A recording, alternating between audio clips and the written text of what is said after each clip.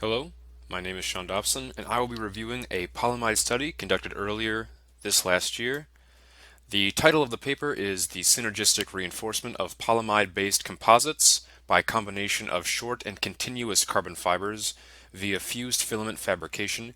The authors on this paper are Yong Peng, Yin-Yon Wu, Qiu Wang, Yongzhang Gao, and Saeed Aziz. And this paper was published in the Composite Structures earlier this year. And the topic of conversation is layered polyamide composite materials, with introducing fillers such as short carbon fibers and continuous carbon fibers.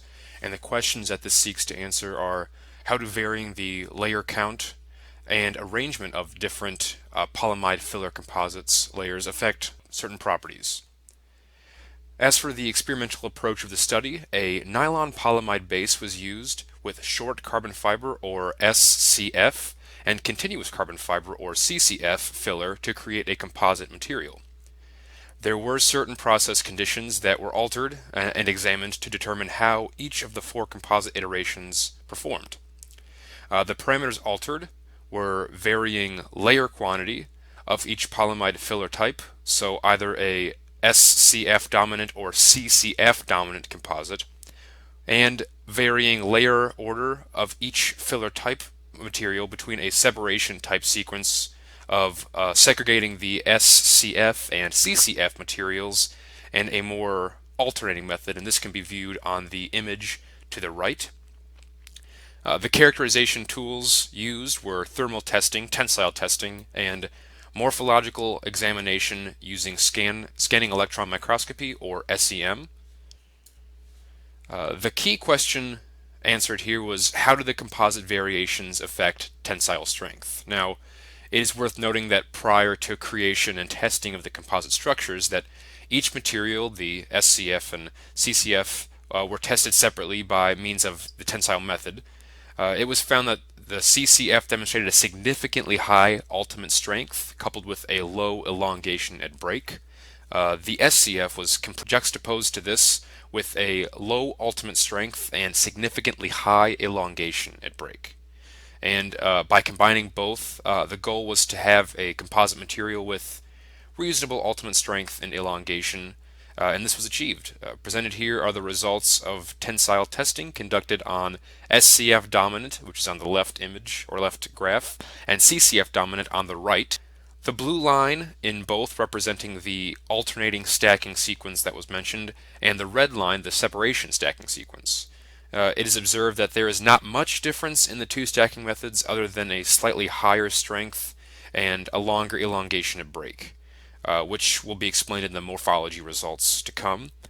It is noticeable, however, that there is a significantly higher ultimate strength with the CCF dominant tensile bars compared to that of the SCF dominant composites. And this was to be expected as, again, the CCF material exhibited higher ultimate strength.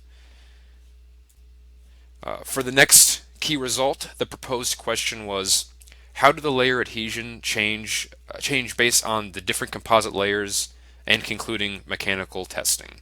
The top image shows from left to right the interface of two SCF layers denoted as SS, the interface of an SCF layer and CCF layer denoted as CS, and two CCF layers denoted as CC.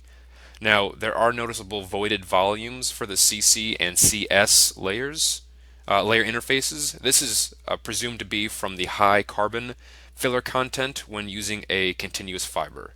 And this was tested thermally, and it was found that CCF has a weight percent of filler of around 48%, while this SCF is only 15%. If an increase in the amount of filler is what causes these voided volumes, then it is easy to see with a weight percent of 48 why the CCF contains a higher measured void volume than the two SCF interfaces. The image on the bottom from left to right are a complete image of SS, CS, and CC interfaces post-fracture and a further examination of the SS interfaces on the right image. Concluding mechanical testing and fracture analysis, a severe delamination of layers was experienced for many CC interfaces. This was said to be the cause of the lower strain value experienced during mechanical testing. The SCF works as a bonding agent, it seems, to hold the CCF layers together. And while when a CC, there is a higher risk of voided volumes and fracture propagation. So, in summary, when using CCF dominant composite materials, it results in a significantly higher ultimate strength when compared to the SCF dominant composites, and the stacking sequence of CCF and SCF materials, whether it be the alternating or the segregating sequence, has little effect on strength but does result in a higher effect on strain when using the alternating method. And SCF is near necessary for optimal layer to layer adhesion in the composite. And developing materials that have a vast range of material mechanical properties is essential for AM to compete with other manufacturing methods. This research offers insight into how filler materials can enhance AM, as well as how variation in the filler material can affect the properties of the part as a whole. Thank you very much.